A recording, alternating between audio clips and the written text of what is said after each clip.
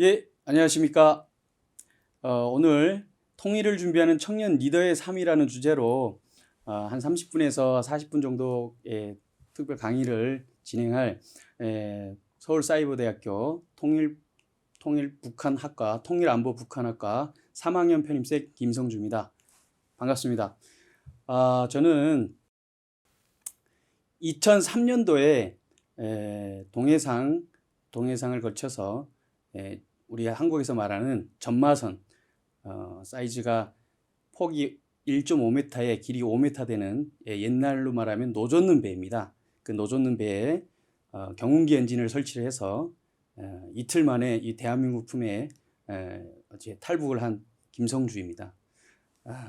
저의 이 삶과 이 대한민국에서 적응기, 그리고 지금까지 제가 노력하는 목표와 꿈, 앞으로의 저의 모습을 그리면서 이 자리에 서게 되었고, 여기 시청하고 계시는 여러분과 소통을 하기 위해서 또 이 자리에 섰습니다.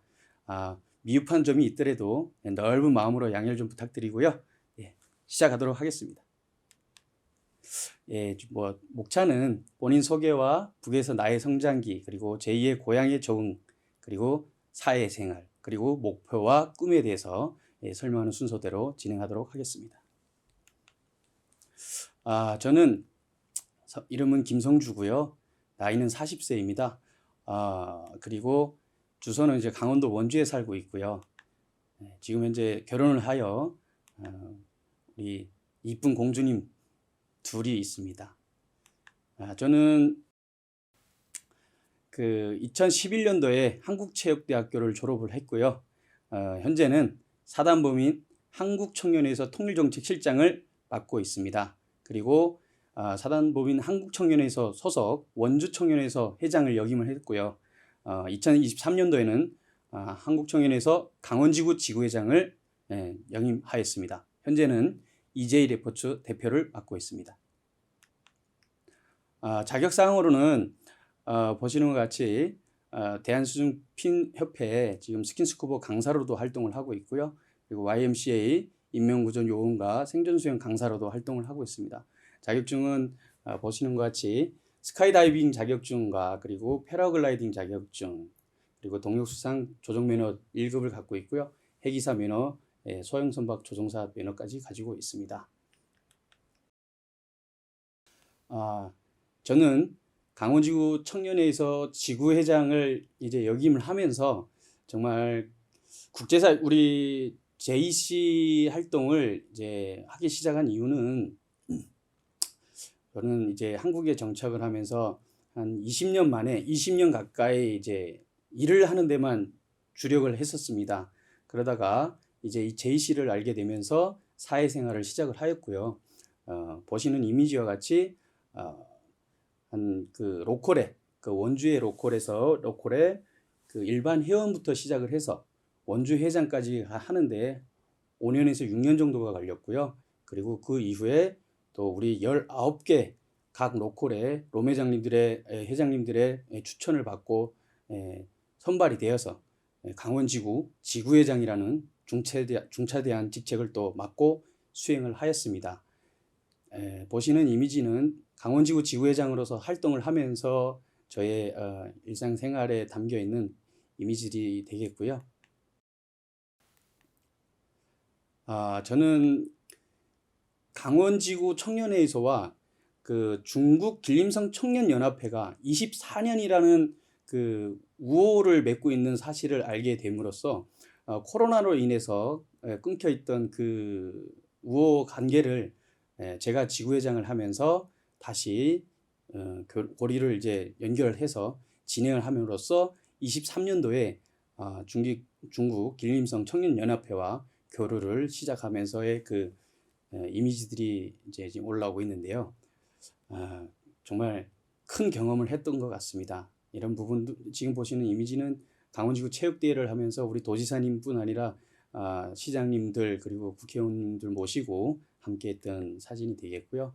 이 부분은 길림성 청년연합회 방문 당시에 그 청년들의 그 공장이나 사업체를 방문을 하면서 소개를 받고 있는 모습이 되겠습니다.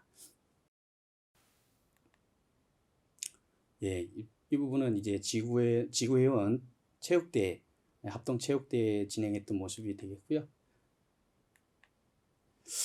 제가 중국에 이제 처음 가봤습니다. 저는 이제 북에서 20년을 살고 이 대한민국에 도착하고 나서 처음으로 이제 중국이라는 곳을 갔는데 또 영광스럽게도 이렇게 국빈 대접을 받았습니다. 지구회장이라는 이 타이틀로 인해서 네, 어마어마한 대접을 받고, 그리고 중국 공산당 우리 청년 대표들과의 교류와 그리고 우리 대한민국의 청년 리더들의 교류에 조금이나마 이바지할 수 있는 그런 시간을 갖게 되었었습니다.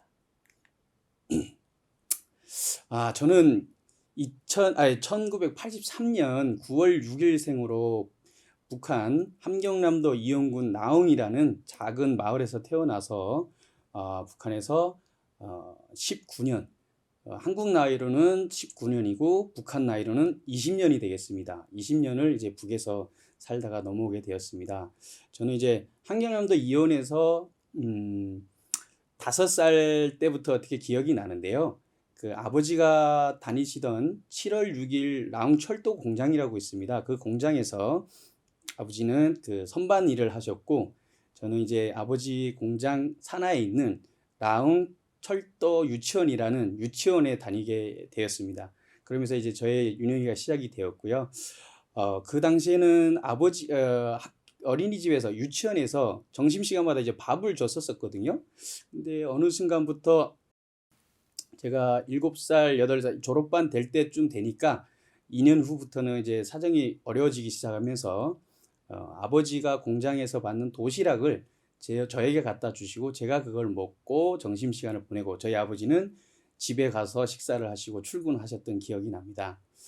그렇게 저희 유치원 생활은 그렇게 마무리되면서 참 유치원 생활도 여기 어린이집이나 유치원하고는 정말 다른 환경에서 살았었는데요.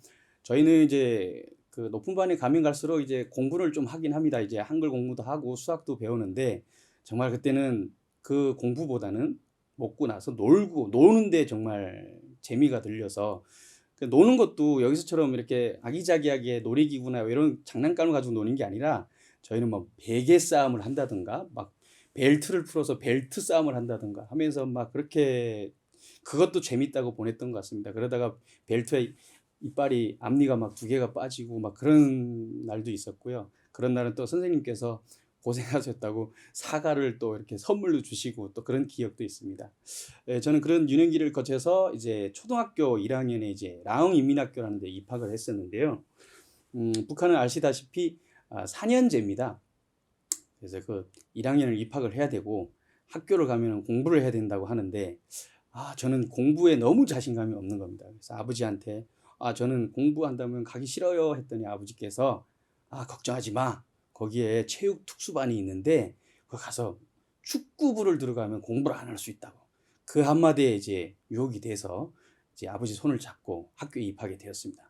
정말로 저희 반은 1학년에는 6개 반이 있었는데요. 1학년 6반은 정말 체육 특화 합반 그런 반이었습니다. 축구, 농구, 그다음에 마라톤, 겨울에는 또 스피드 스케이팅까지 할 수 있는 그런 반이었습니다. 그래서 그 반에 들어가서 고무공, 많은 고무 까만색, 지금도 생각나는데 까만색 고무공을 차면서 축구 활동을 시작을 했고요. 나중에 4학년 졸업할 때쯤에는 이제 축구화도 아버지께서 구매를 해주셔서 신고 다니고, 축구공도 멋진 축구공을 사서 개인 축구공 하나씩 갖고 다니면서 그렇게 운동을 했던 기억이 있습니다. 그리고 나름대로 도체전이나 이런 데 나가면은 마라톤 같은 경우는 1등도 한 적도 있고요. 스케이트 같은 경우도 1등, 2등 놓치지 않았던 것 같습니다. 정말 운동을 여기 우리 대한민국에서는 상상도 할 수 없을 정도로 정말 혹한기 운동을 했었던 것 같습니다. 그냥 저희 체육 선생님이 그 세상에서는 제일 무서웠던 것 같습니다. 저희는 진짜 그 주변에 있는 산부터 해서 걸어서 한 3시간, 4시간 넘는 거리를 비 오는 날도 마라톤 훈련한다고 뛰어갔다 오고 그런 고강도 훈련을 했었고, 산을 뛰어서 걸어 다니면 그냥 내려오면 맞는 거였습니다. 무조건 산도 뛰어 올라가는 그런 훈련을 받으면서 초등학교 4학년 졸업할 때쯤 됐는데 코치님께서 너 졸업하면 안 된다 한 학년을 더 유급을 해서 축구부 한 번 더 하고 나가야 된다 해서 또 그렇게 유급을 해서 이제 중학교 1학년으로 입학했던 것 같습니다. 그래서 저는 북한에서는 그렇게 초등학교를 그렇게 졸업을 했고 그 중학교를 이제 라웅 중학교라는 라웅 고등중학교죠. 여기로 말하면 중학교와 고등학교가 같이 이제 합쳐져서 6년 과정을 이제 걸치는데요. 그런 고등중학교에 입학을 해서 이제 1학년에 입학을 했었는데 이제 뒤에서도 이제 말씀을 드리겠지만 그때가 이제 94년도 김일성이가 서거하는 그런 해였습니다. 그때부터 많은 삶이 이제 바뀌고 많은 어려움이 있었고 그때부터가 고난의 행군이 시작이 되었던 것 같습니다. 저희 집에도 그런 불행이 찾아왔고요.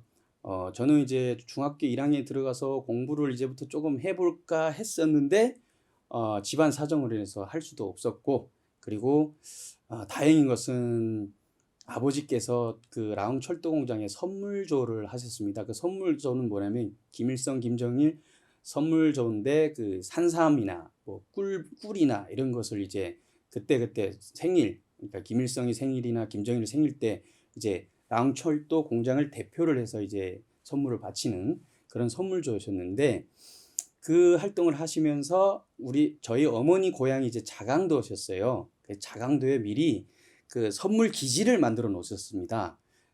그 고난 행군이 시작이 되기 전 한 3년 전에 만들어 놓으셨는데 다행인 것은 그 고난의 행군이 시작되면서 저희가 그 기지에 가서 살게 되면서 이제 굶어 죽는 정말 그 비참한 상황은 이제 벗어나게 됐었던 거죠. 그 당시에 제가 여기 대한민국에 와서 알게 되었지만 저희 집은 그 하모니카 주택으로 이렇게 형성이 되어 있었습니다. 그 한 줄에 한 20가구씩 사는 그런 하모니카 주택이었는데 94년도부터 이제 4차전 그 고난 행군으로 인해서 그 집이 점점점 비어지기 시작하고 그리고 저희 집 앞에 그 배 가수원이 어마어마하게 큰 가수원이 있었습니다. 근데 그 가수원이 어느 순간부터 공동묘지로 변하기 시작하더니 2년도 안 된 기간에 그 앞이 다 공동묘지로 변하는 그런 상황까지 발생을 했었습니다. 그 옆집에 계시는 분들은 다 생활고 때문에 그 자리에서 굶어 죽거나 아니면 그 식량을 구매하신다고 이제 외부로 가셨다가 돌아오지 못하셨다든가 그러면서 이제 집들이 하나씩 비어가기 시작했던 그런 상황이었던 거죠.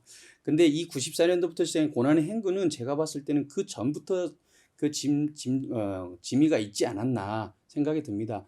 그 제가 유치원 때인가 그때 동네에 그 여기 지금 말하면 꽃제비라고 하는 그런 분들이 계셨어요. 그런데 그때도 저희 집 앞에 이제 자그마한 배추밭이 있었는데 그 배추밭에 저희가 화장실 여기 우리가 저쪽에서 말하는 변소죠. 변소가 있었는데 저 어린 나이에 변소가 들어가기 싫어가지고 무서워서 그 옆에서 이제 볼일 보는데 이 친구가 옆에서 가만히 기다리고 있다가 그 제 볼일 보는 걸 손으로 주워 먹는 걸 제가 봤었습니다. 그래가지고 제가 달려가서 우리 어머니한테 소리를 질렀더니 어머니가 나와서 그 친구 그걸 말리고 그다음에 이제 비닐 주머니에 밥 같은 거를 이제 해서 보내주고 했었는데 이 친구가 그 이후로 한 3일 후에 저희 동네 길거리에 죽어 있는 모습을 봤었습니다. 정말 그 당시에 엄청난 충격이었는데 정말 그 마른 동태 사람의 눈이 말라가지고 마른 동태로 돼 있는 그런 상황을 제가 어렸을 때 그렇게 봤었고요. 이런 상황이 저희 동네에서만 일어났던 상황이 아니었던 것 같습니다. 저희 함경도 저희 함흥시라든가 시내에 나가면 그런 부분이 더 심각했던 걸로 기억을 합니다. 그렇게 어려운 상황이었던데 이제 김일성이가 죽으면서 더 어려운 상황이 되었고 고난의 행군이 시작되었던 거죠. 그러면서 저는 중학교를 이제 공부를 해야 되는데 공부를 못하고 그 생활고 때문에 자강도에 있는 그 선물 기지로 이제 이사 아닌 이사를 가서 어머니와 저하고 동생 둘하고 그리고 할아버지 그래서 5식구가 이제 거기에 첫 생활을 시작을 하게 되었는데요. 그 자강도 하평이라는 곳에 기차역에서 기차를 타고 내린 다음에 거기서 차를 얻어 타고 한 40분 정도를 이제 올라가서 그 마을에서부터 걸어서 2시간 반 정도를 걸어서 들어갔던 것 같습니다. 산속으로. 그 길도 없고 그냥 오솔길 사냥꾼들이 다니는 오솔길로 2시간 반을 이제 걸어 들어가니 그 안에 정말 저희가 아버지와 삼촌들이 만들어 놓은 나무로 잘라서 만든 틀목집, 나무집이 한 채가 있었습니다. 그 지붕은 이제 동기화라고 해가지고 겨울에 나무를 잘라서 그거를 네모나게 만든 다음에 그걸 갖다 기아를 얹은 동기화 집이었습니다.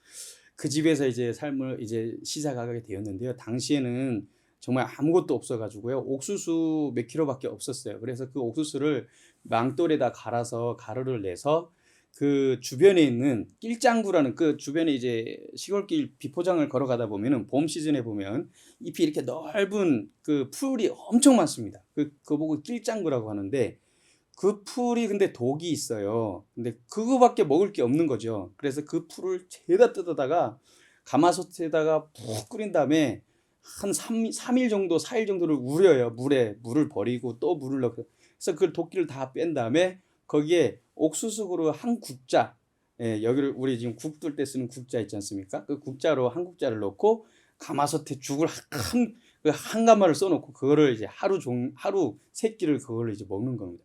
정말 처음에는 적응이 안 돼서 얼굴이 막 퉁퉁 붓고 막 했었는데요. 그런 삶을 이제 살면서 그래도 주변에 있는 그 산을 조금, 예, 농사를 지어가지고 산을 까서 농사를 지었다 그러죠. 예전을 말하면 하전민이 된 상황인 거죠. 산을 개간을 해서 밭을 만들고 그 밭에 옥수수도 심고 배추도 심고 무도 심고 하면서 점점 이제 정착을 하기 시작했어 가지고 그래도 그 다음 해부터는 그래도 조금 옥수수는 먹고 사는 정도가 돼서 그 이후로 어머니께서 이제는 너희들도 이제 학교를 가야 된다 하셔가지고 송덕 고등중학교라는, 예, 학교에 2학년에 입학을 또 이제 편입이죠, 편입을 하게 되었습니다. 근데 학교는 집에서부터 걸어서 왕복 5시간 거리였습니다. 너무 멀었어요. 너무 멀었는데도 저희는 그 먼 것을 이제 모른 채 다녔죠. 왜냐하면 다니다 보니까 이게 학교를 가면 농사를 안 지을 수가 있는 겁니다.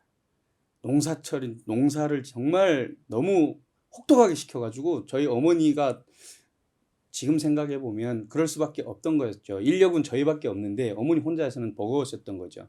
그래서 저희가 농사는 그냥 옥수수철이면 옥수수 그 심고 그다음에 그 떼약볕에 나가서 잡풀을 다 손으로 뽑아야 되고 이런 일을 하다 보니까 처음에는 저희가 어머니도 많이 원망을 했었죠. 저희 동생하고 저는 막 어머니가 우리 친엄마가 아니고 계모일 것이다. 우리를 어떻게 이렇게 혹독하게 농사를 시키지? 막 그러면서 또 어머니한테 상처를 줬던 기억도 있습니다. 아무튼 아무쪼록 그래서 어머니께서 그 다음 해부터 이제 학교를 보내주셨는데 정말 그 학교가 너무 좋은 이유는 딱 그 하나였습니다. 두 가지였죠. 농사를 안 지을 수 있고 그리고 학교에 가면 친구들하고 마음껏 놀 수가 있었습니다. 그래서 저희는 정말 아픈 날 빼고는 비가 오나 눈이 오나 그냥 매일 갔었습니다. 네, 그렇게 학교 생활이 이제 고등중학교 학교 생활을 그렇게 송도 고등중학교라는 곳에서 2학년, 3학년 보내다가 이제 또 함경도에 있는 라웅도 또 이제 가서 공부를 또 해보고 싶은 생각이 들어서 어머니한테 부탁을 드리고 또 라웅에도 또 가서 공부도 했었고요. 라웅 고등중학교 가서 또 3학년, 4학년도 또 다녔었고요. 그러면서 라웅 고등중학교에 갔는데 라웅에는 정말 아버지는 저희 집은 정말 그 작은 아버지께서 거기서 살고 계셨고 우리 집은 없어진 거죠. 그리고 저희는 아버지는 우리 할머니 집에 거처를 하고 계시더라고요. 그래서 저도 가서 그 할머니 집에서 고모 눈치 보면서 밥 먹고 살면서 학교 다니고 했었던 기억이 납니다.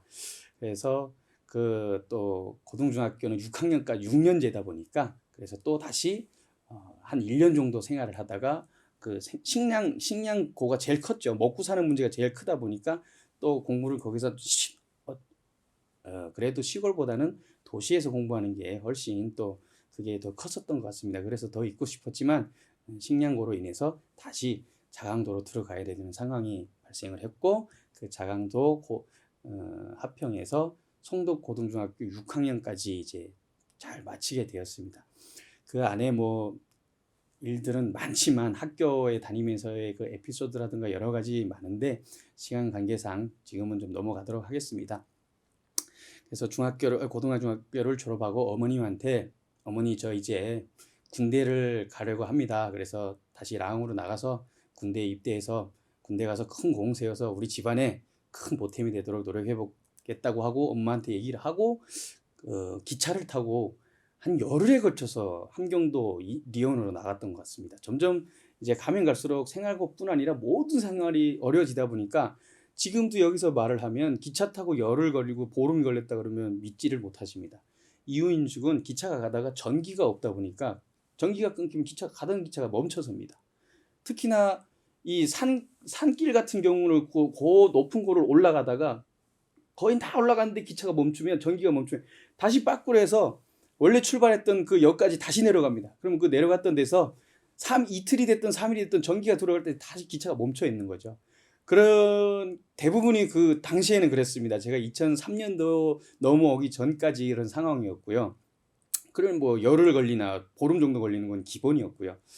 그리고 뭐 통신이라는 게 전혀 뭐 이루어질 수 없는 동네다 보니까 제가 자강도에서 뭐 함경도로 나간다 들어간다 이런 내용도 뭐 그쪽에 있는 분들 알고 있는 상황도 아니고요. 그런 상황에서 이제 엄마한테만 얘기하고 아빠는 모르십니다. 모르는 상황에서 나가가지고 이제 열흘이 걸쳐서 이제 집에 도착을 했죠. 도착을 했는데 알고 봤더니 우리 집에는 작은 아버지가 살고 계시고 아버지는 할머니 집에 있었어요. 그래서 그 생활 거기서 또 가서 아버지한테 이제 군대 가려고 나왔습니다 했더니 그래 근데 군대를 가야 되는데 너가 지금 군대를 가면 분명 100% 영양실조 걸릴 거야. 한 2년 정도 여기 직업전문학교 다니면서 2년 후에 군대 가는 걸로 하자. 내가 병무청에 얘기를 잘 해놓을게 해서 아버지 말씀대로 저는 또 직업전문학교 여기로 말하면 직업전문학교 거기도 직업 전문 기능학교였던 것 같습니다. 그 학교에 이제 2년제를 시작을 하게 되었고 이제 시작을 하는데 그 지역에서 이제 먹고는 살아야 되니까 무엇으로 먹고 살지 고민을 하고 있는데 아버지께서 조그만 노젓는 배를 하나 중고로 구매를 하셔가지고 이걸 가지고 이제 저기 잠수일을 배워서 그리고 뭐 오징어 잡이도 하고 해서 먹는 거 한번 이걸로 만들어 봐라. 그렇게 말씀을 하시면서 얘기를 해주시더라고요. 그러면서 먼저 그 당시에 저희 작은 아버지가 막내 삼촌께서 바다에서 그런 잠수 일을 하셨습니다. 그 지금 요 화면에 보이는 배처럼 저런 배에다가 그 경운기 엔진을 올리고 컴프레셔를 올려서 그 컴프레셔에서 나오는 에어를 고압 호수를 통해서 한 30m까지 잠수를 할 수 있는 그런 장비들이 있었습니다. 그래서 삼촌한테 처음 그 삼촌이 그걸 운영을 하고 계셨기 때문에 삼촌을 따라서 다니면서 그 잠수 일을 배우기 시작했죠. 처음에는. 그리고 잠수를 하면서 몇 번 정말 죽을 뻔도 했었습니다. 이게 위에서 컴프레서가 멈춰버리면 30m 밑에서 그냥 숨을 쉴 수가 없는 겁니다. 그러면 그냥 불이 나게 그 갖고 있던 이제 채집망을 다 버리고 올라와야 되는데 그게 쉽지가 않습니다. 근데 처음에는 진짜 뭣도 모르고 그러다가 기절까지 했던 적도 있고 그 이유는 요령이 생겨가지고 그 30m가 되는 그 호수 안에 남아있는 잔공기가 있습니다. 그래서 그거를 천천히 빨면서 이제 올라오는 그런 능력이 생기다 보니까 나중에는 이제 컴프레서가 꺼져도 당황하지 않고 이렇게 잘 대처를 했던 적이 있었습니다. 그렇게 이제 진행을 하다가 이제 그 아버지가 사주신 그 중고배에 저도 경운기 엔진을 달고 컴프레서를 설치해서 우리 동네에 있는 제 밑에 동생들 2명 그 지역에서는 배에다 잠수 장비를 올려서 잠수업을 하는 분들은 그래도 나름대로 돈이 조금 있어서 하시는 분들이고 아예 돈이 없는 저 같은 분들은 그냥 맨몸으로 정말 수영을 해서 바다에 나가서 10m 밑에 있는 그 해산물들 채집을 해서 성게나 전복, 문어 이런 채집을 해서 그날 생계를 유지하고 있는 그런 친구들이 많았습니다. 근데 저도 이제 처음에는 그렇게 했었지만 나중에는 이제 컴프레서를 설치하다 보니까 그 잘하는 친구 2명을 섭외를 해서 같이 뱃일을 이제 했었죠. 그렇게 하면서 바다에 나가서 잠수 일도 하고 또 북한에는 8월에만 오징어를 잡을 수가 있습니다. 8월에만 오징어가 내려오기 때문에 그 오징어 잡으러 갈 때는 우리 작은 배로는 전혀 갈 수가 없습니다. 그 먼 거리를 항해를 해야 되는데 기름도 기름이지만 갈 수 없기 때문에 공장에서 갖고 있는 큰 그 마력수가 높은 그런 철로 된 큰 배들입니다. 지금 그 뉴스라고 보면은 중국 어선들 있지 않습니까? 큰 어선들. 그런 어선입니다. 그 어선의 뒤에 이 작은 목선들을 매달려서 한 2시간이나 4시간을 쭉 해서 바다로 나가면 그 현장에서 저녁 7시 어두워지면 그 큰 배에서 불을 착 비춰줍니다. 그러면 그때부터 오징어 잡이가 시작이 되는 겁니다. 맨손으로 그냥 준하구로 이렇게 팔자로 돌리면서 그냥 오징어 올라오면 땡겨서 올라오면 그걸 바로바로 옆에 있는 자루에다 넣고 해서 그게 본인들의 그 수확이 되는 거고요. 그렇게 밤새 작업을 합니다. 그리고 다음날 아침 날이 밝으면 이제 그 수확한 수확량에서 만약에 10kg를 제가 잡았다면 2kg를 공장 배에 수수료를 주고 그리고 다시 그 배에 끌려서 육지로 들어오고 이런 작업을 했었습니다. 그때도 마찬가지지만 바다의 큰 배, 동해 바다는 워낙 이 평소에 이 파고가 8m, 10m에 왔다 갔다 하다 보니까 그 상황에서 비가 오거나 조금 바람이 불면 그 높은 파고 위에 또 파도가 칩니다.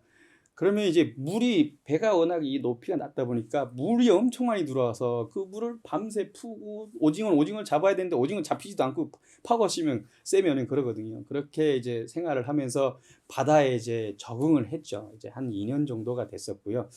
그런 삶을 이제 살면서 이제 북에서 이제 성장을 하게 되었죠. 지금까지 뭐 말씀드린 거는 시간도 시간이지만 좀 정리를 요약을 해서 제가 말씀을 드렸는데 정말 지금 생각해 보면 많은 일들이 있었던 것 같습니다.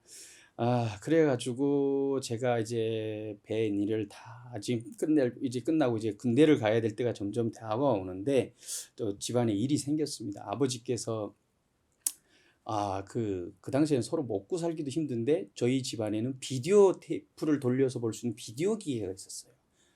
그 비디오 기계도 있고 그 선물 조라고 해서 아버지가 조금씩 일을 하다 보니까 이제 조금 뭔가 이 능력이 업그레이드 되셔가지고 나중에는 차를 끌고 막 그 자강도를 왔다 갔다 하면서 옥수수를 갖다가 여기 함경도에 있는 생선하고 바꾸고 또 뭐 이런 교류 사업을 하다 보니까 그래도 돈을 좀 벌기 시작하셨는데 우리 집에 가전제품이 조금씩 늘어나고 그리고 어머니와 우리 동생들 할아버지가 이제 나오시면 같이 살 집도 이제 지으신다고까지 이제 그 집도 보여주셨어요.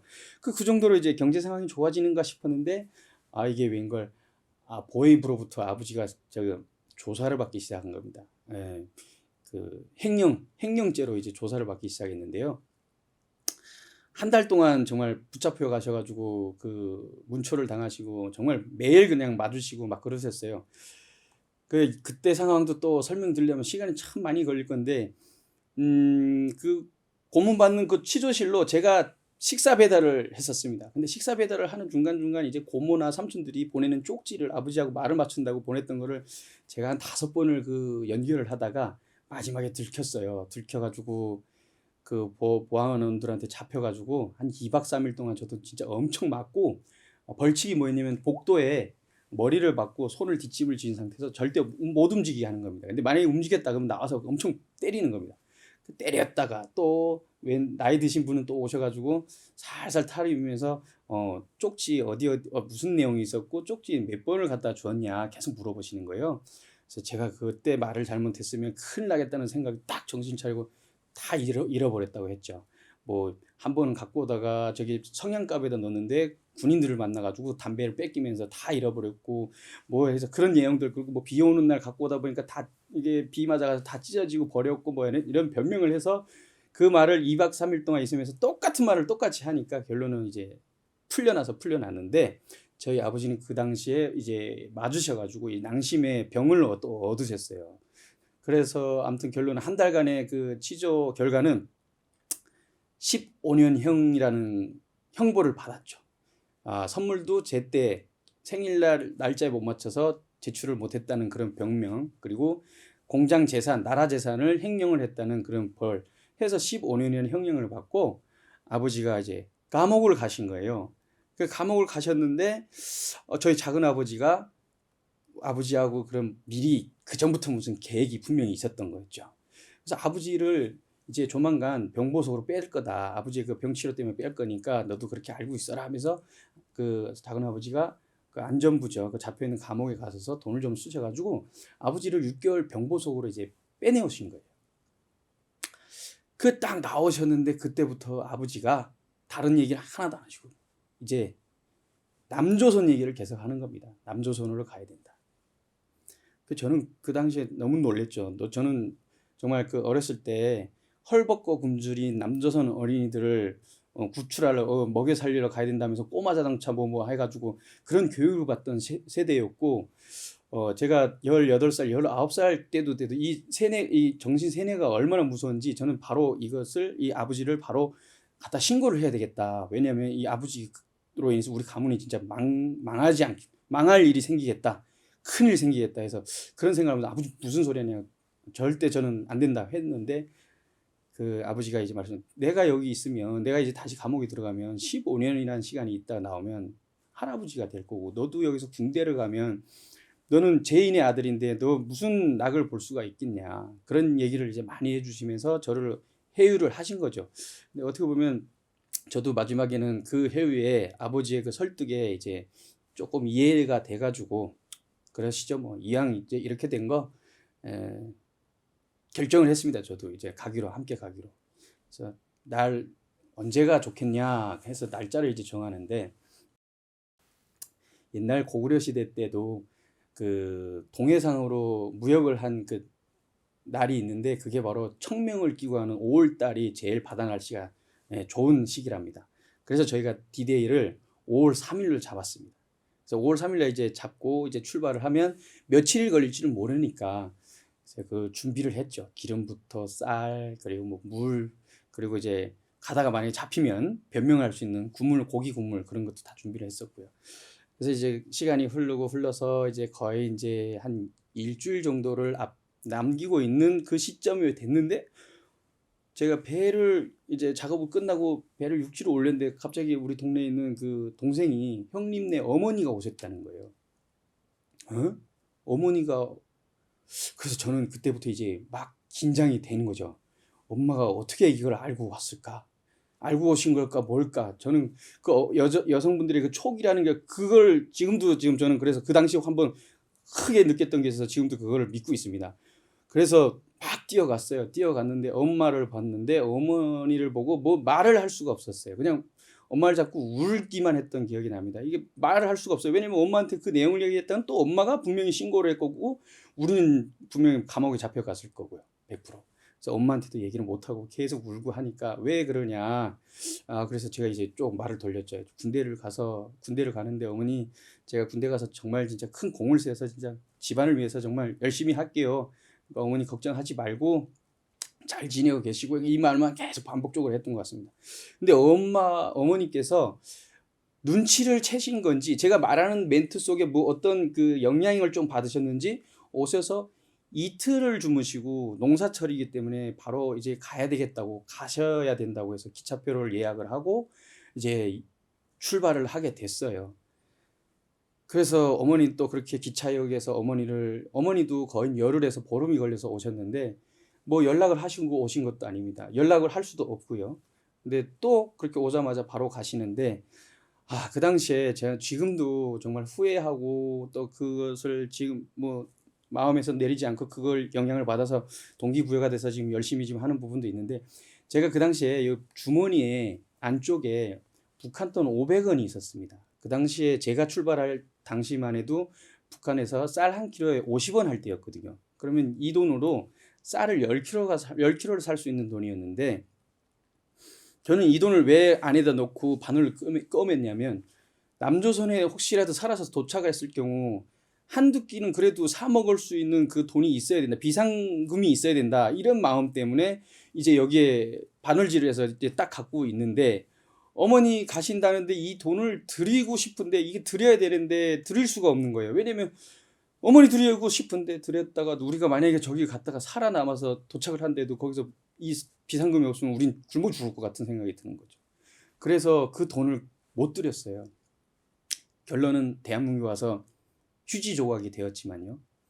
그래서 어머니와의 그 이별을 이제 한 거죠. 그 당시 하고 이제 그 배를 5월 3일 날 출발을 시켜서 여기 대한민국에 이틀 만에 왔습니다. 예, 그런 내용들은 이제 쭉 그 뭐 뉴스 자료든가 이렇게 보면 다 나와 있으니까 그거 좀 참고해 주시고요. 그래서 북한에서 저 5살부터 19살까지 그렇게 많은 경험을 하면서 유년기도 보내고 나름대로 고등중학교 6년이라는 세월을 거기서 보내고 대한민국의 품에 이제 어떻게 정착을 하게 되었습니다. 내용들은 이제 좀 많지만 시간 관계상 요약하는 부분 이 양해 좀 부탁드리겠습니다. 다음은 제2의 고향 적응기가 되겠습니다. 저는 처음에 여기 대한민국에 와서 오자마자 하나원 국정을 거치고 하나원을 걸쳐서 여기 대한민국에 2003년 한 10월 달쯤에 노원구 월계동에 이제 아파트를 배정을 받아서 이제 나오게 되었습니다. 나왔는데 나온 첫날 내가 앞으로 여기서 이제부터 살아가야 되는데 무엇을 해서 먹고 살아가야 될까?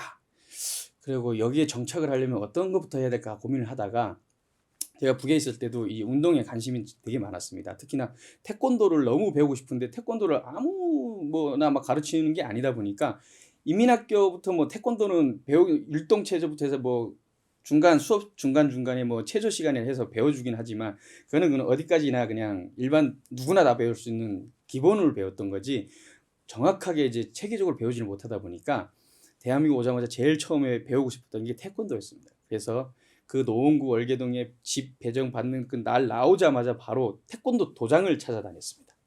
왜냐? 몸으로 부딪히는 거는 이제 다른 거하고는 좀 다르게 빨리 좀 가까워지고 사람들하고 빨리 친근해지지 않을까, 좀 부담감이 덜하니까 그런 생각으로 이제 태권도 도장을 찾아다녔는데 다니는 데마다 다 어린이를 위한 태권도 도장인 겁니다.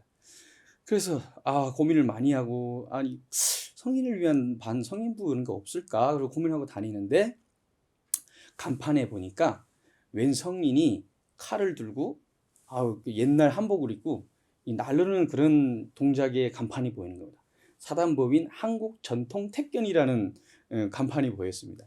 그래서 그냥 그쪽으로 이제 들어가게 된 거죠. 들어갔더니 지하 1층에 이제 한국전통택견 전수관이 있었는데 아주 넓고 너무 제 눈에는 너무 멋있는 전수관이었습니다. 그래서 거기 들어갔는데 다행히도 성인부 수업도 하고 있었고요. 근데 들어갔더니 사범님이 남자 사범님이셨고 관장님은 여자 관장님이셨어요. 그 당시에 만났던 그 여성 관장님께서 지금 현재 저 장가 가는 날 저 어머니 대신해서 앉아주시고 저를 이제 대한민국에 정착하는데 큰 힘을 주신 저희 양어머님이 되시겠습니다.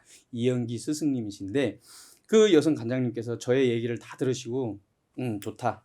내일부터 나와라. 나오고 전수관 회비는 안 받겠다. 안 받을 테니까 나와서 청소도 하고 전수관 일 보면서 수련도 하고 그래서 그때부터 저의 대한민국 정착이 이제 시작이 되었죠.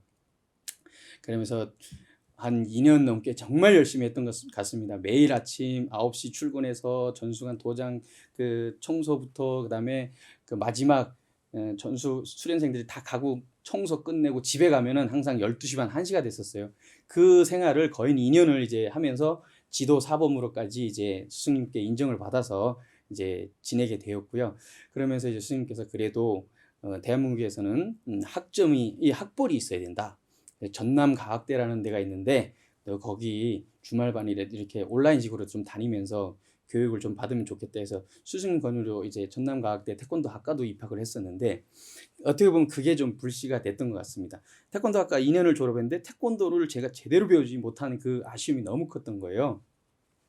그래서 스승님 저 이제는 태권도를 좀 제대로 배워가지고 저만의 도장을 한번 만들고 싶습니다. 말씀을 드렸죠. 그랬더니 스승님께서 그래 한번 해보고 싶은 대로 한번 해봐라. 근데 정말 놔주고 싶지 않았을 거예요. 그 당시에 왜냐면 제가 도장에 아이들부터 그 도장 수련생들 엄청 제가 챙기고 정말 아이들과 너무 잘 놀면서 잘 배워주고 하다 보니까 저희 패밀리가 저희 팬들이 많았습니다. 어머님들도 그렇고요. 그러면서 전수관도 제가 들어갔을 때 전수관에 전수 인원이 한 50명 정도였는데 제가 들어감으로 해서 한 150명 정도까지 막 늘어났던 것 같습니다. 그래서 그 정도로 인기가 많아져 가지고 했었는데 그런데도 또 제가 이렇게 다른 진로를 고민을 하고 있는 부분을 들으시고 해보라고 또 힘과 용기를 주셔가지고 그래서 그 당시에 제가 스승님의 또 도움으로 이제 다른 진로를 생각하고 이제 도전을 하게 된 거죠. 근데 이제 제가 나름대로 생각한 게 내가 공부를 한다지만 공부를 하고 나서 돈을 언제 벌지? 돈이 있어야 태권도 도장이든 도장을 제가 오픈을 할 수 있는데 어떻게 하는 게 좋을까 고민을 하고 많이 찾아보다 보니까 군대 부사관으로 지원하면은 4년만 이제 열심히 하고 나오면 그 정도의 인건비 저기 생명수당부터 해서 그 정도의 돈이 도장을 오픈할 수 있는 비용을 제가 받을 수 있다는 그런 정보를 얻게 됐습니다. 그래서 제가 특전부사관에 이제 지원을 하게 됐습니다. 특전부사관에 지원하면서 혹시나 또 그래도 이게 안 됐을 경우를 대비해서 한국체육대학교도 태권도학과에 같이 지원을 했죠. 그래서 특전부사관 저 둔촌동에 있는 마천에 있는 특수전사령부에서 저기 필기 시험과 실기 시험 그런 시험 보는 기간에 접수를 해서 응모를 해서 이제 진행을 했었는데 그 당시 한 지원자가 꽤 많더라고요. 한 50명, 60명 정도 됐었던 것 같은데 필기 보고 실기 보고 해서 마지막에는 이제 30명 정도가 남았었습니다. 그 30명 중에 저도 있었고, 그래서 저도 이제 이제 가는구나, 이제 군대를 갈 수 있는가 보다 했는데 마지막 신체 검사를 하는데 저만 신체 검사를 안 하고 그냥 넘어가는 겁니다. 그래서 왜 저는 신체 검사를 안 하나요? 그래서 물어봤더니 이제 결론은 이제 제가 최종 탈락이 됐는데 이유인 중은 아버지가 저 목숨 걸고 여기까지 저렇게 데려왔는데 왜 군대를 면제받았는데도 불구하고 왜 군대를 보내야 되냐고 또 이렇게 많이 그거에 대해서 저걸 얘기를 하셨나 보더라고요. 그래서 또 그런 내용도 있고 해서 뭐 일단 결론은 탈락이 됐어요. 특전부사관은. 그래서 이제 한국체육대학교에 다시 가서 면접을 보고 이제 다행히도 한체대는 또 붙었습니다. 그래가지고 태권도 학과를 24살에 2007년도에 이제 07학번으로 이제 입학을 하게 되었습니다. 입학을 하게 되었고. 근데 지금 생각해 보면 그 군대를 갔었을 때와 군대를 안 가고 제가 학교를 갔을 때 지금 학교를 갔기 때문에 지금의 제 와이프, 제 집사람을 만날 수 있었고 지금의 또 이렇게 행복한 가정을 꾸릴 수 있었지 않을까. 근데 또 특성사 갔었어도 또 그에 맞는 또 생활을 했었겠죠. 근데 현재로 봤을 때는 아무튼 다행이다. 이런 생각을 하면서 좀 보내고 있는데요. 그래서 아무튼 대학교를 이제 다니기 시작했는데 정말 1학년 때는 너무 힘들었습니다. 뭐 그냥 학교를 가면 그 공부하는 시간보다 그리고 운동도 많이 했지만 운동 많이 하는 건 너무 좋았습니다. 운동 도장에서 제대로 태권도를 배우고 하는 건 너무 좋았는데 그 외에 필요 없는 일들이 좀 많았죠. 그래서 뭐 그런 부분을 잘 겪어내면서 1학년 넘어가고 2학년 됐었는데 제 2학년 되면서 여자친구를 지금의 부인을 만났는데 그 당시에 교통사고가 나서 왼쪽 다리가 지체장애 3급을 받을 정도로 많이 다쳤었습니다. 그래서 그때 병원에 6개월 정도 저 국립의료원에 입원을 했는데요. 정말 그냥 다 날아간 거죠. 제 인생이 송두리째 다 뽑힌 겁니다.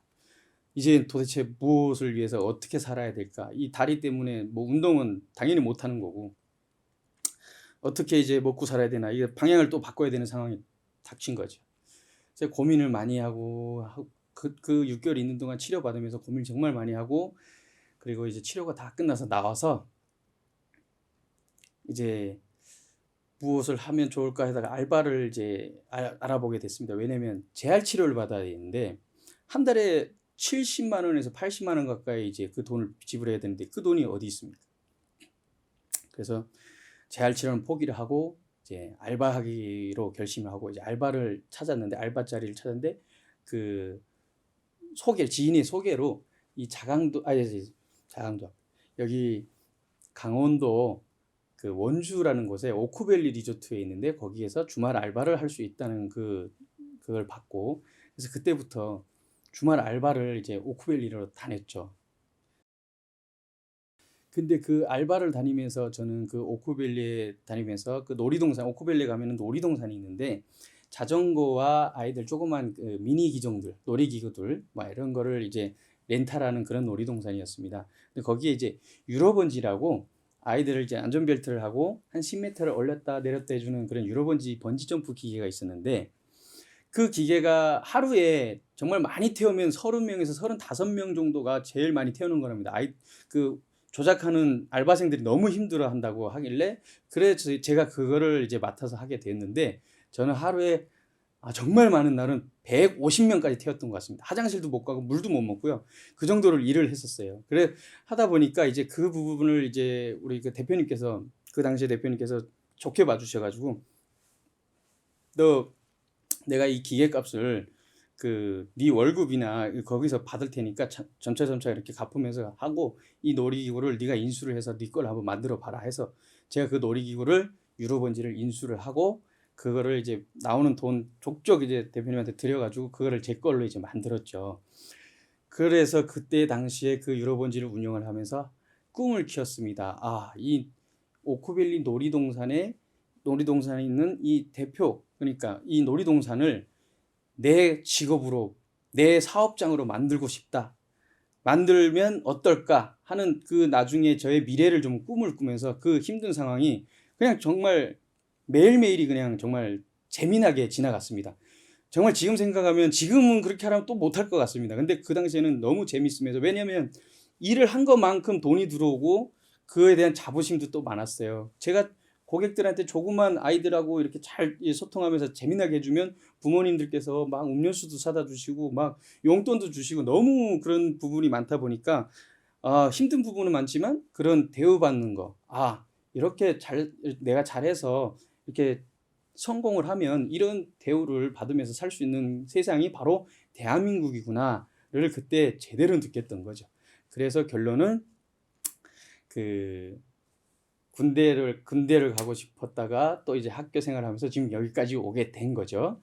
근데 얘기가 하다 보니까 이제 딴 데로 좀 빠진 것 같은데요. 교통사고 얘기도 이제 저기 다 들어갔고 오크밸리 놀이동산 얘기를 지금 하다가 이제 말씀을 이제 중간에 지금 제가 드리는 건데 그래서 놀이동산을 하게 됨으로써 그런 꿈을 키웠고 그래서 결론은 제가 학교를 졸업하고 2012년도에 이 오크밸리 리조트 놀이동산의 대표로 EJ 레포츠 대표로 이제 회사를 설립하게 되었습니다. 그 설립을 하고 나서 그 다음에 매출 나오는 게 점점 이제 그 전에 뭐 연매출이 뭐 한 1억 정도 됐었다면 제가 이제 운영을 하면서 연매출이 3억까지 올라갔습니다. 그러면서 오크밸리 측에서도 매우 만족해 주셨고 저도 운영을 지금 꾸준히 해왔고 지금 현재까지 12년부터 지금까지 쭉 하고 있고요. 네, 그러면서 지금 원주에 자리를 또 잡게 됐는데요. 대표 12년대 EJ 레포츠를 설립하면서 이제 목표가 이제는 이 오크밸리 근처에 너무 그 원주가 너무 살기 좋은 지역인 겁니다. 자연재해도 없고 공기도 너무 좋고 교통 중심 지역인 거예요. 원주에서 저기 인천 가는 거나 뭐 부산 가는 거나 여기 동해를 가는 거나 그리고 나중에 통일이 됐을 때 북으로 올라가는 부분도 딱 중심지 역할이기 때문에 지역이기 때문에 여기가 너무 좋은 거였어요. 그래서 제가 여기에 터를 잡고 여기서 정착을 하면서 살아야 되겠다 해서 먼저 땅을 사야 되겠다. 그걸 땅을 산 다음에 집을 지어야 되겠다. 이 목표를 세웠죠. 그러면서 땅을 사고 땅을 산 후에 한 3년 후에 집을 짓게 되고 그리고 지금의 저희 부인과 우리 딸 당시에 우리 그 아기 첫째를 데리고 이제 원주로 정착하게 되었습니다.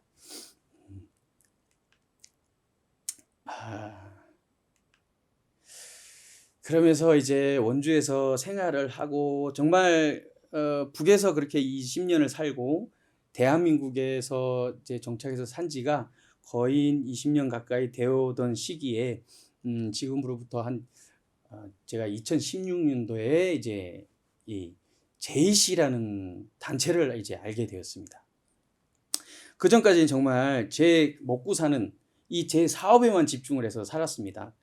그러다 보니까 밖에 뭐 다른 활동이라든가 무슨 봉사라든가 뭐 어떠한 조직이라든가 뭐 사회단체 이런데 전혀 관심도 저런 겨를도 없었을 뿐더러 그렇게 살았죠. 근데 이제 JC라는 걸 어떻게 알게 됐냐면 저희 동네에 계시는 그 오크밸리 계시는 저희 어떻게 보면 JC 스폰서님이신데 정양구 회장님이시라고 그분이 저희 집 저랑 오크밸리에서 이제 자주 만나는 사이인데 제가 너무 열심히 일을 한다고 항상 보실 때마다 칭찬을 해주시고 어깨를 두드려 주시고 하시던 분인데 이분이 저랑 알게 된 지가 한 5년이 넘었었어요. 근데 5년쯤 되시는데 갑자기 저한테 정주야 너는 JC를 한번 해봐라. JC를 하면 너는 발전을 할 수가 있을 거야.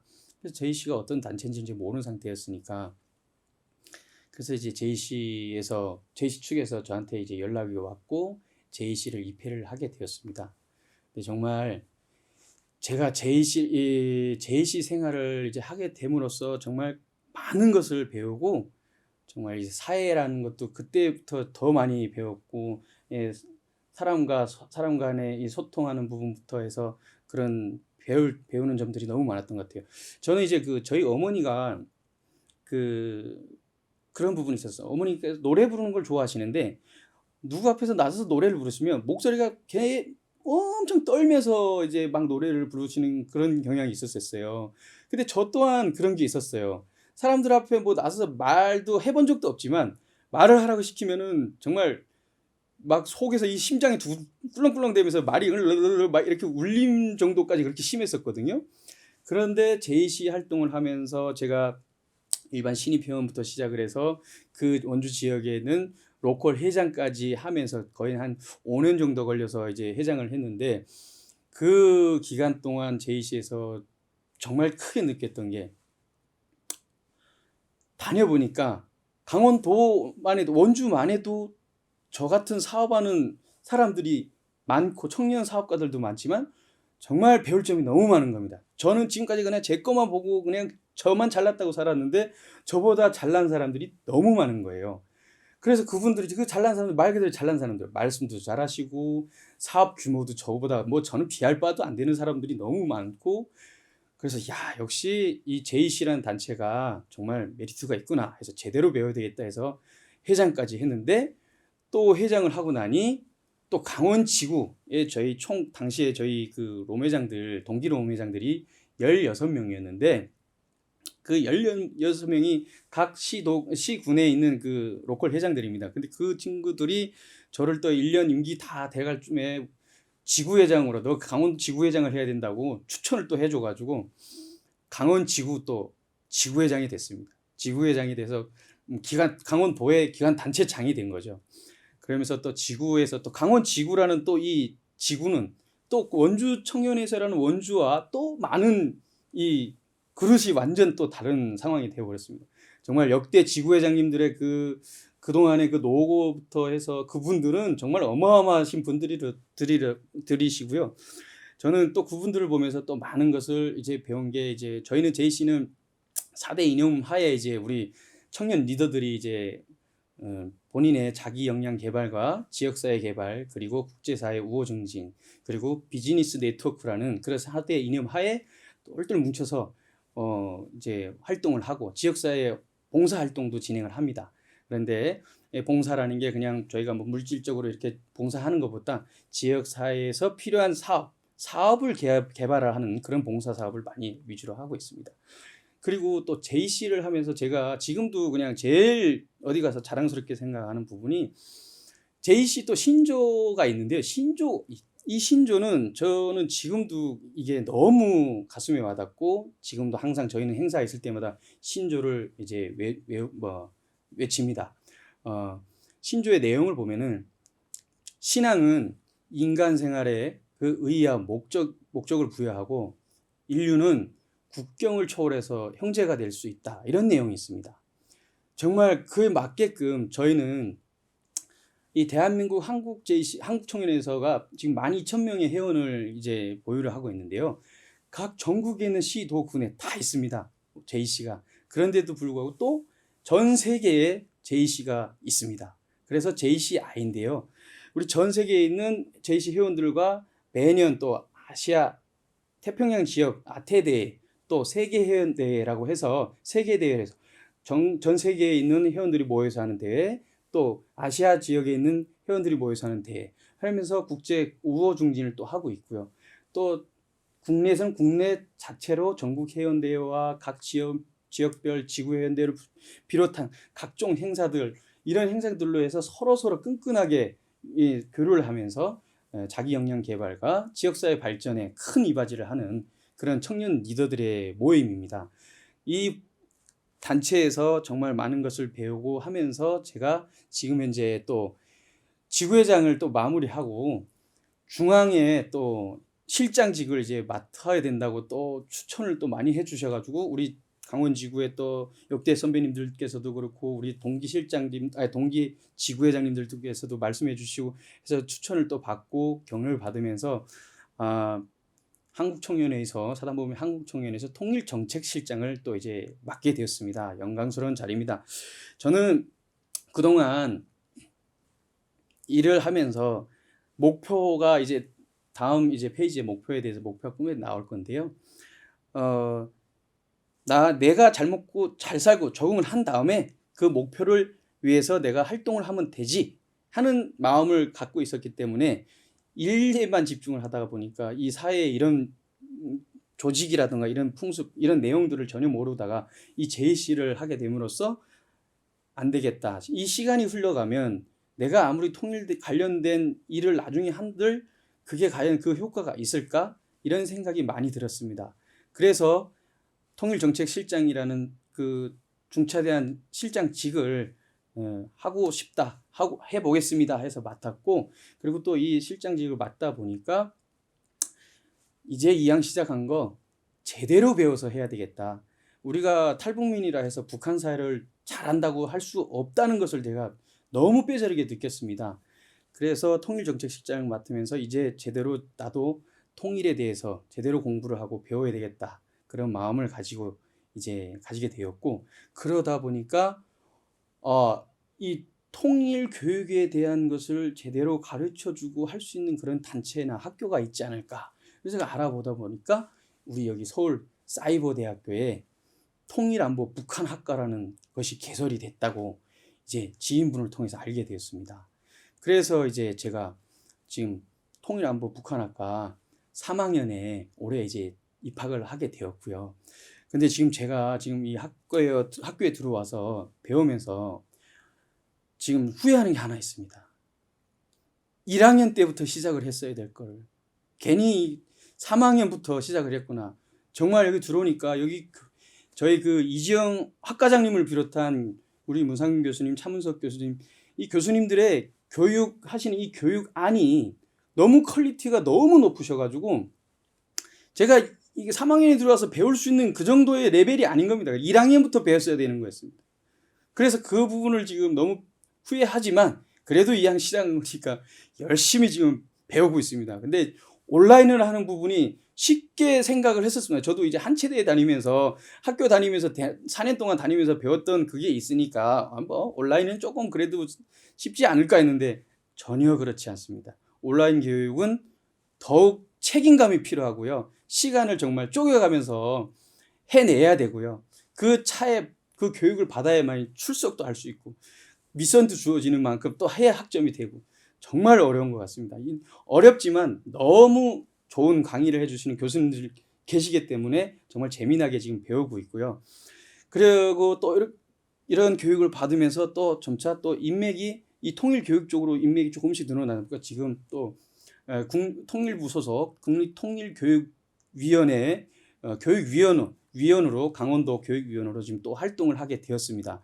그래서 점차 이 통일에 대한 지식을 습득을 하고 앞으로 이 통일에 대한 인식 개선이라든가 우리 지금 먼저 온 통일인이라고 하지 않습니까? 탈북민들에 대한 이 통일에 대한 우리가 먼저 이 통일에 대한 것에 대한 그 앞장서서 배우고 이 배운 지식을 정말 지금의 우리 2030 세대들이 통일을 왜 해야 되는지 그리고 통일을 했을 때 우리의 그 시너지 효과가 어떤 것이 있는지를 확실하게 전파를 해서 그 통일 대한민국을 준비하는 그 선두주자가 되는데 우리 탈북민들이 그 역할을 해야 되지 않나 그렇게 생각을 합니다. 그래서 이 서울사이버대학교의 말로 이 통일안보 북한학과의 말로 정말 우리 탈북하신 탈북민들뿐 아니라 우리 대한민국의 젊은 층들이 같이 함께 배우고 지식을 공유를 하고 해서 앞으로의 대한민국의 통일을 위해서 서로 함께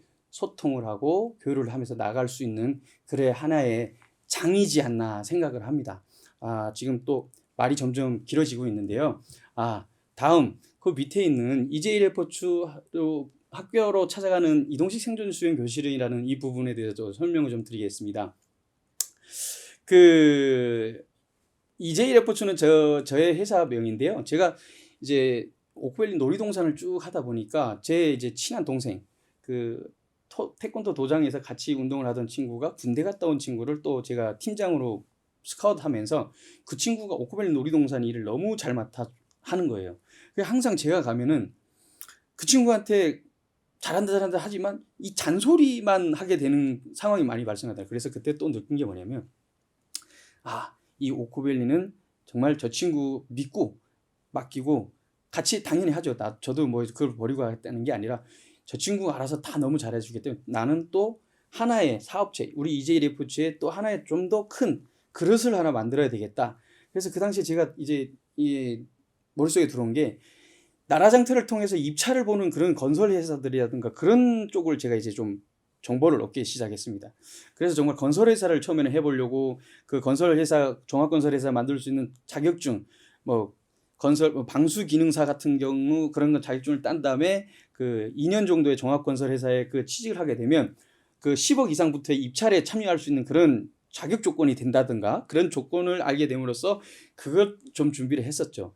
그걸 준비를 했었는데 이게 쉽지는 않더라고요. 방수 기능사 자격증도 시험을 봤는데 아쉽게도 떨어졌어요. 시간 5분 오버가 돼가지고 떨어졌는데 그러면서 이제 나라장터를 알게 되고 입찰을 좀 알게 되다 보니까 이제 그러던 찰나에 이제 오크밸리에서 우리 EJ 레포츠 사업 중에는 놀이동산도 있지만 그 조립식 수영장, 그 렌탈업과 그다음에 에어풀장이라서 유치원 어린이집에 렌탈해주는 렌탈 사업도 했었습니다. 그러다가 이제 그 우리 대학교 선배님으로부터 저한테 제안을 해주시더라고요. 야, 성주야, 우리 학교에 지금 수영장이 부족해서 아이들이 수영 교육을 받는데 어렵다는데 우리 그 시골에 가면 학교들이 폐교가 되는 학교들이 많은데 그 학교들 교실을 하나 터가지고 거기에 수영장을 만들어서 수영 교육하는 사업을 한번 해보자. 그런 제안을 해주셨어요. 그래서 제가 그 당시에 딱 이제 우리 선배님한테 대로 제가 이런 조립식 수영장을 갖고 있고 렌탈업을 하는데 이걸 제가 학교 운동장에 갖다 설치를 해서 우리가 먼저 이런 렌탈업을 시작하면 어떨까요? 해서 그거 말씀을 드려가지고 이제 17년부터 그 사업을 시작을 했습니다. 먼저 저기 충북에 있는 그 초등학교 대상으로 일주일 동안 수영장을 밖에 운동장에 설치해서 그 안에서 아이들 그 생존 수영 교육을 시작을 했죠. 일주일 하고 또 일주일 또 다른 학교에 가서 하고 하면서 저는 이제 강사로도 활동하고 시설 설치 관리자도 이제 하면서 그걸 이제 진행을 하다가 나중에는 비가 오면 못하고 햇빛이 너무 뜨거워서 못하고 먼지가 많이 들어가서 못하고 이런 상황이 발생하는 걸 이제 알게 되었습니다. 그러면서 시설을 이제 업그레이드 시키기 시작합니다. 그래서 그게 2018년도에 처음으로 그 에어돔이라고 해서 에어 텐트죠. 어떻게 보면 에어 텐트인데 그 당시에 저도 에어 텐트에 대한 지식이 없다 보니까 그 마을에 경로잔치를 한다고 이제 이벤트 하는 업체에서 이글루 엄청 대형 이글루라고 해서 에어반스로 된 이글루가 있었는데요. 그 지름이 한 13m 정도 됐던 것 같습니다. 그 안에서 경로잔치를 하시는 그런 그 에어돔이었어요. 그게 에어바운스로 된 그거를 렌탈을 해서 거기에 아이들 수영장을 넣고 그다음에 물을 데필 수 있는 히팅기 시설을 넣고 해서 강사님들 3분 또 같이 함께하던 강사님 3분 모집하셔가지고 해서 이제 그 수업을 시작을 한 거죠. 이제 그래서 처음으로 저기 전라도 함평에 있는 함평 초등학교에서 처음 그걸 시작을 했습니다. 그 시작을 했는데 너무 반응이 좋았고요. 아이들이 우선 학교에서 자기 학교 앞마당에 운동장에 수영장이 있다는 그 자체만으로 너무 좋아하는 겁니다. 그 저도 하면서 그 자부심을 점점 느껴가고요. 그런데 이제 이 돔에 대한 시설에 대한 이 경험이 없다 보니까 이게 비가 오면 주저앉고 이런 문제들이 생기는 거예요.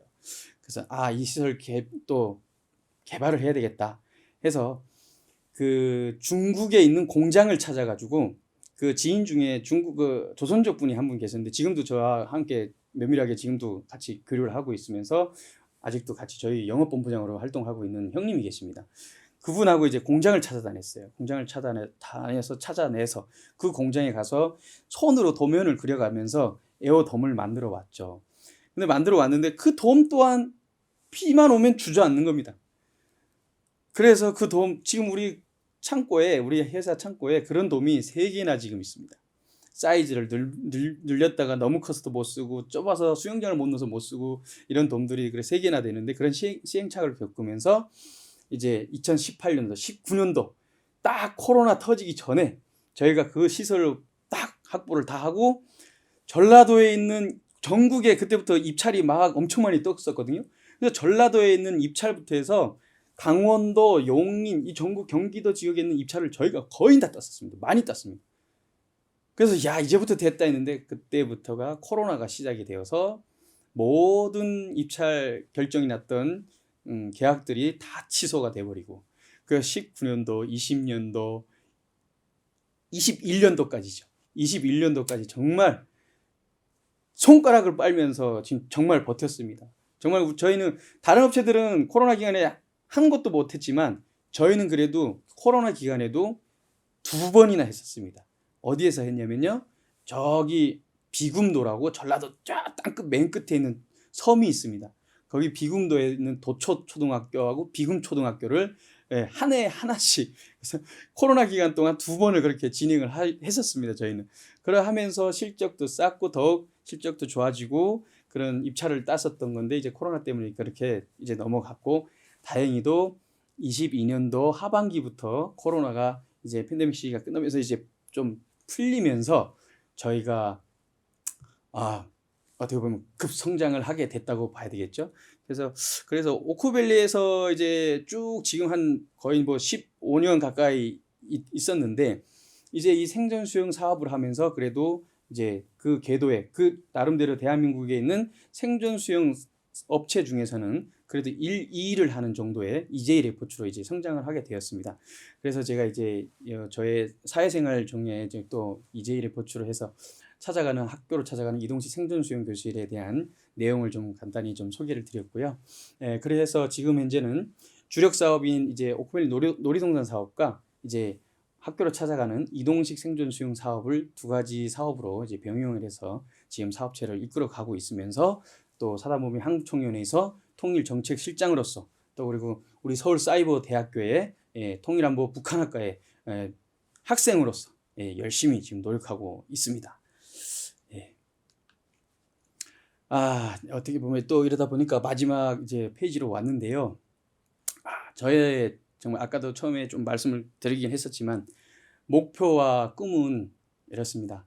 저는 정말 열심히 해서 대한민국에 성공을 해가지고 제가 여기 와가지고 그 정주영 회장님이란 분을 이제 알게 되었습니다. 그분의 책도 보고 그분에 대해서 누구보다 좀 더 많이 관심을 가졌었는데 그분께서 하셨던 그대로 하겠다는 건 아니지만 저도 언젠가는 내가 성공을 하면 저분처럼 정말 내 고향을 한번 저렇게 찾아갈 수 있는 그런 능력 있는 사람이 돼야 되겠다 해서 정말 열심히 살았었거든요. 열심히 살면서 저의 목표를 세웠던 게 이 목표는 제가 그 병원에 입원했을 때 이 목표를 세웠었습니다. 그래서 제가 그 당시에 그 노트북에다가 그 써놓았던 그 목표 내용이 그대로 지금까지도 이제 가지고 있는데요.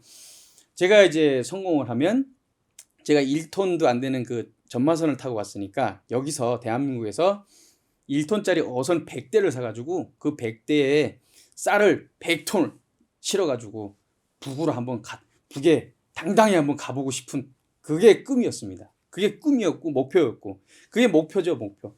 제 삶의 마지막 목표였습니다. 왜냐하면 잘 먹고 잘 살고 그다음에 제 입에 풀칠하지 않을 정도로 먹고 사는 거는 충분히 할 수 있고 지금도 그렇게 하고 있는데 저 목표는 이루어야 되지 않을까 생각을 하는 거죠. 목표를 말하는 이 김에 또 이제 통일에 대한 이 통일 안보에 대한 얘기를 좀 잠깐 붙이자면 저는 그 여기 대한민국에서 그 태극기 휘날리며라는 그 영화를 보면서 나에게도 저런 일이 발생할 수 있겠구나를 느꼈습니다. 왜냐 지금 북한의 저희 동생이 남동생, 여동생이 있는데요. 남동생도 나이가 저하고 3살 차이밖에 안 납니다. 그 친구가 있는 이 북한과 이 남한에서 만약에 이 정전 시대인 우리 대한민국에서 러시아와 우크라이나와 같은 그런 전쟁이 발생한다면 똑같이 그 태극기 휘날리에서 나오는 그 상황이 발생을 하는 겁니다. 저는 그런 상황이 발생하면 안 되기 때문에 이 통일에 대한 안보 인식, 그리고 이 통일을 왜 해야 되는지에 대한 그런 개념들을 우리 대한민국에 있는 2030 세대나 우리 탈북민들이 누구보다 이거를 많이 좀 이해를 해서 빠른 시간에 통일이 될 수는 없다고 저는 생각을 합니다. 하지만 또 통일이라는 거는 모르는 거니까요. 언제 우리한테 불쑥 찾아올 수도 있는 거니까요. 그렇기 때문에 이 부분은 저희가 미리미리 준비를 하고 대비를 해야 되지 않나 싶습니다. 아무튼 또 본론으로 돌아가면, 그래서 배를 100대를 끌고 이제 북한으로 찾아가서 우리 북한의 김정은 그 원수를 만나서, 김정은 씨를 만나서 우리가 대한민국과 우리 북한이, 북조선이 서로 상호 협력해서 잘 먹고 잘 살 수 있는 그런 평화 조건으로 가야 되는 부분에 대해서 같이 교류를 하고 있는 나를 꿈을 꿨는데, 그게 가능하겠죠? 그것을 위해서, 그 목표를 위해서 제가 이 생각을 하고 지금도 열심히 사는 거고요. 그리고 그렇게 해서 만약에 남과 북이 서로 대화가 되고, 그런 내용들이 우리 예전에 정주영 회장이 김정일 김정일 원수하고 김정일 그 북한의 지도자와 그 협력이 됐고, 그로 인해서 남과 북이 대화가 이루어지고 개성공단이 만들어지고 하면서 서로 경제가 활성화됐던 그 당시 상황을 이제 재현을 한다는 것도 괜찮지만, 그 당시보다는 조금 더 업그레이드된, 왜 남과 북이 서로 피해 보이지 않는 선에서 경제 교류를 할 수 있는 것을 저는 만들어야 된다고 지향합니다. 그런 걸 만들어야 된다고 생각하거든요. 그래서 만약에 제가 이렇게 교류의 물꼬를 틀어서 이렇게 진행하게 되면, 남과 북이, 제가 저 북에 있을 때 그 고난행군식에 자강도에 살 때 나무를 이제 그 물풀의 나무라고 나무를 베어서 공장에다가 팔면, 그 공장에서 그 나무를 가지고 압록강 근처에 있는 저기 해산이나 저기 만포나 그쪽에서 중강군이나 이쪽으로 가져가서 중국 쪽하고 밀가루하고 교환을 해서 수입을 해서 먹고 교류하던 그런 시기가 있었어요. 저는 이제 그게 아직도 머릿속에 있는데요. 그와 비슷하게 저희도 왜 중국하고만 해야 되냐. 우리 남과 북도 그 정부 대 정부도, 뭐 정부 대 정부는 정부 대 정부고, 우리 민간인들끼리라도 먼저 서로 이런 물물교환만 할 수 있는, 남과 북이 자유롭게 무역이라도 할 수 있는 그런 물꼬를 좀 터야 되지 않나, 그것을 생각을 합니다. 그래서 그 남과 북에도 중국하고 북한처럼 교역 이런 다리나 통로를 구축을 해서 양쪽에 무역센터들을 구축을 해서 그날 필요한 거, 만약에 북에서 필요한 게 뭐 곡식이다 하면 우리는 여기서 필요한 곡식 그날 정하는 거죠. 양을 어느 정도만 딱 보내고 그 이상은 보내지 않는 겁니다. 그 곡식을 보내면 그쪽에서는 우리한테 필요한 거를 또 그 곡식의 그 금액을 서로가 합의를 해서 그에 맞게끔 물물 교환이 이루어져야 되겠죠. 그렇게 진행을 하는 겁니다. 그래서 만약에 뭐 조금씩 뭐 가전제품이라 하면서 조금 늘려가면서 그렇게 경제 교류를 하다 보면 자연스럽게 상황이 좋아지지 않겠습니까? 그러면 서로가, 북한 같은 경우는 먹고 살기 편해지면, 경제가 활성화되면 이 전쟁하고 무기 만드는 데 집중을 많이 할까요? 저는 그렇지 않다고 생각합니다. 사람들이 먹고 살만해지면 쌈박질을 안 할 겁니다. 싸움하는 거는 오히려 더 피하게 되겠죠. 근데 먹고 사는 게 힘들고 이거 아니면 이거다, 이렇게 굶어 죽을 바에는 차라리 싸움을 한번 하자, 이런 마음, 정말 이 서 있는 이 민감한 사람들하고 어떻게 그게 평화가 되겠습니까? 서로 먹고 사는 문제부터 조금씩 교류를 하다 보면은, 이런 문제 자체가 어렵다는 것도 저도 잘 압니다. 왜냐하면 대북 제재라는 게 있고, 이 대한민국 뒤에는 또 미국이라는 나라가 이 컨트롤하는 그런 내용도 또 있다 보니까 이 정전 시대 아닙니까? 남과 북이 이 군사 관련해서는 미국과 또 이렇게 큰 나라들의 또 영향이 있기 때문에 함부로 이런 부분이 대북 제재를 우리가 대한민국 정부에서 바로 풀어줄 수도 있다 뭐 이런 건 아니겠지만 그래도 이런 목표를 정해놓고 조금씩 좀 뭔가 실행을 해 나가다 보면 추후에는 나중에는 가능하지 않을까 하는 그런 생각으로 저는 이런 남과 북의 자유무역협회, 그러니까 아까 우리 또 제가 그 JC 신조 말씀 중에 그 경제적 정의는 자유기업을 통해서 자유인에 의해서 최선으로 달성이 된다고 합니다. 정말 우리 경제인들, 정말 대한민국에 있는 유능한 경제인들 많지 않습니까? 이분들이 못할 게 뭐가 있겠습니까? 북한하고 대화만 되면 뭐든 안 되겠습니까? 근데 그 북한하고의 대화는 북한에서 지금 정국을 봐서는 절대 대화를 안 하겠다고 하지 않습니까? 동족이란 것 자체도 지금 무시를 하고 인정을 안 해주겠다고 안 하니까. 근데 이 부분에서도 저희가 봤을 때는 북한이 이해를 못하고 문을 닫아버리는 이유도 있을 겁니다. 이 통일에 대한 이 내용은 정말 저는 좀 이제 지금까지 우리가 이 역사가 지금 거의 분단 국가가 70년이 왔지 않습니까? 그 안에 통일에 대한 연구라든가 통일에 대한 이런 지식은 얼마나 많겠습니까? 그 많은 지식과 많은 그 경험들은 있지만 이뤄내지 못하는 이유는 조금 다른 시각에서 좀 접근을 해야 되지 않는가 하는 생각도 저는 개인적으로 하고 있습니다. 그러려면 그만큼 지금 변하고 있는 북한의 정세와 북한 지도층에 가지고 있는 이 정신 상태, 이런 심리적인 것을 많이 파악을 해야 되고 이에 맞게끔 저희도 그 대비를 하고 준비를 해야 되지 않냐 하는 생각을 많이 하고 있습니다.